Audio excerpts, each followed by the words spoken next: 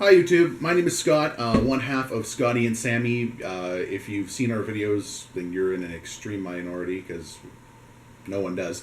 We normally do video gaming on this channel. Today though, I'm doing something a little bit different. If you have watched our videos, and chances are you haven't, me and Sammi often make little jokes, normally in reference to wrestling, what's going on sometimes, the show and everything.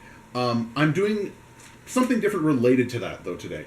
A lot of people bitch about the WWE these days, and a lot of it is for good reason. I don't see how that helps at all, so that's why I'm starting to do this video and a bunch of other videos I'd like to do in the future. Maybe, I don't know, it depends on the reaction we get, if, you know, anything ever comes to this, whatever. Essentially, I want to address WWE's creative.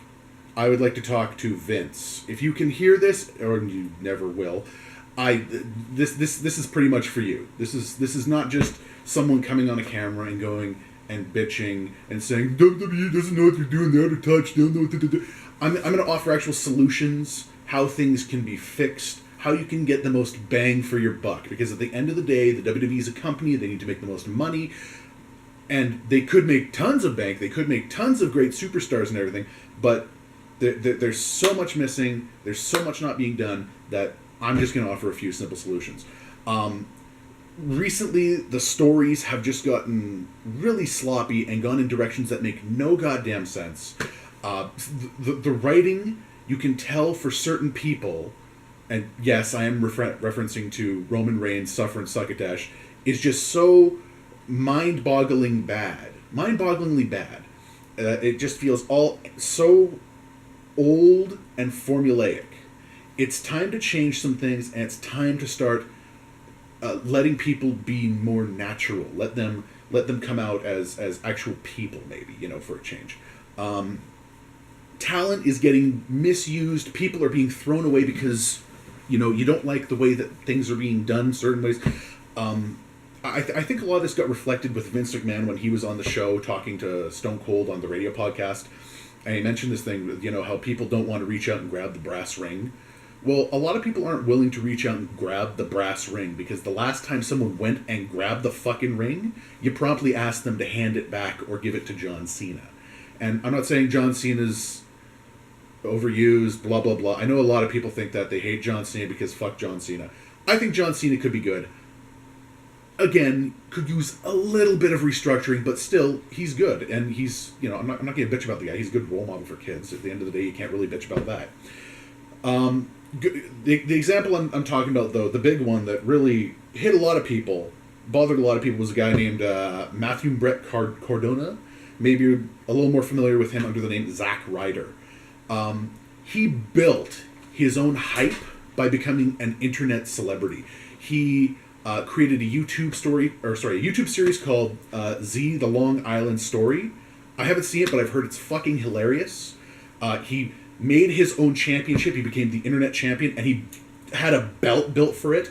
1.3 million YouTube viewers, more than 500,000 Facebook subscribers, 120,000 YouTube followers, and just thrown away in a nonsensical plot to Kane and John Cena, because you had to give John Cena something, because John Cena. Okay, so it was shoddily done, it was stupidly done, it was ridiculous. So what I'm suggesting here is you got to draw these people in.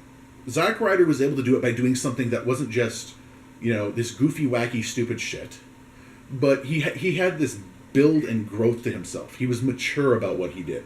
And when I say mature, I don't mean you need to go back to the Attitude Era ways. You don't need to have, you know, every one of the female wrestlers come out, you know, stunking great huge tits, showing them off in a bikini or anything. You don't need blood and gore. You don't need 40 people jumping off the Hell in a Cell weekly. You don't need swearing and shit. I swear a lot just because that's how I am. I know you guys are okay with it because I say fuck a lot and it's in the video and you're still watching it for some reason, whatever.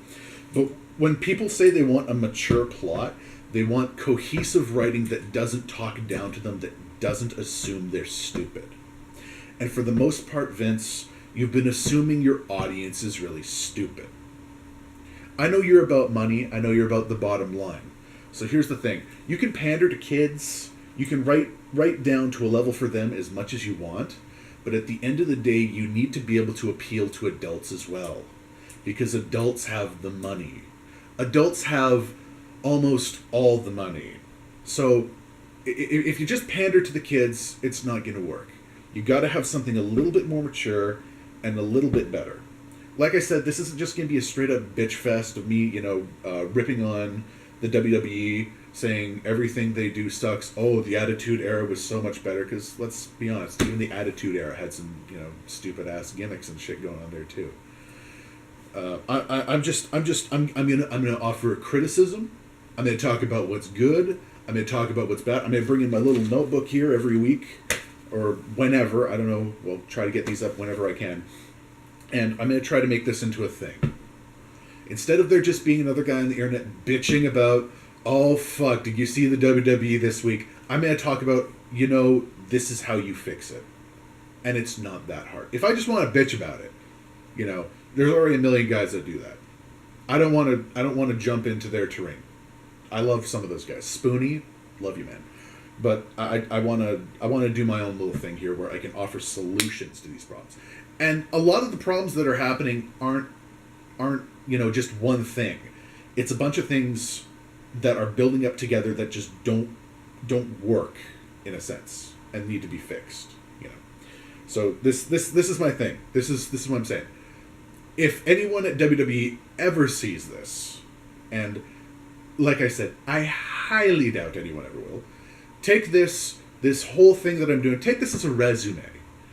Just take it as a fucking resume from me and just say that I want to be a consultant. This is a highly unusual application form that I'm essentially filling out by talking to you right now. And like I said, I know that most people never hear this, never see this or anything, but it's just something I want to get out there. It's one thing just to bitch about something constantly for, X amount of months and rip on it. It's another thing to go off and, actually try to say something, try to have an opinion, try to get a word out there.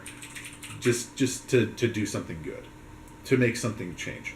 That having been said, not everything they do on the show is awful. Like I said, some of it's good. If you saw Thursday night SmackDown, the new Thursday night, which was on the 15th of January, new month and everything, that was probably the strongest show I've seen them put out in a while.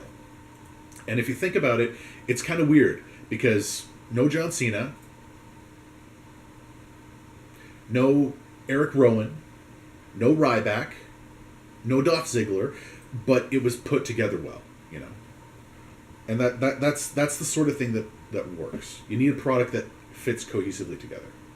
You need a product that doesn't insult the intelligence of the viewers. You need a product that people want to watch and they want to see for the sake of wanting to watch and be entertained. Because if people aren't watching to be entertained, then they're watching to gripe. And eventually those people are just going to leave because it's fucking stupid. And if those people leave because it's fucking stupid, then you're going to get less network subscriptions. If you get less network subscriptions, you're going to get less money. Your investors aren't going to be wanting to invest in you anymore, and you're going to be in the shitter. So we're gonna do this. We're gonna go off for the next however long. I'm gonna start picking apart essentially ideas, gimmicks, promos, people, and from there we'll go. I'll offer solutions. I'll offer simple things, and we'll get started with this in the next video.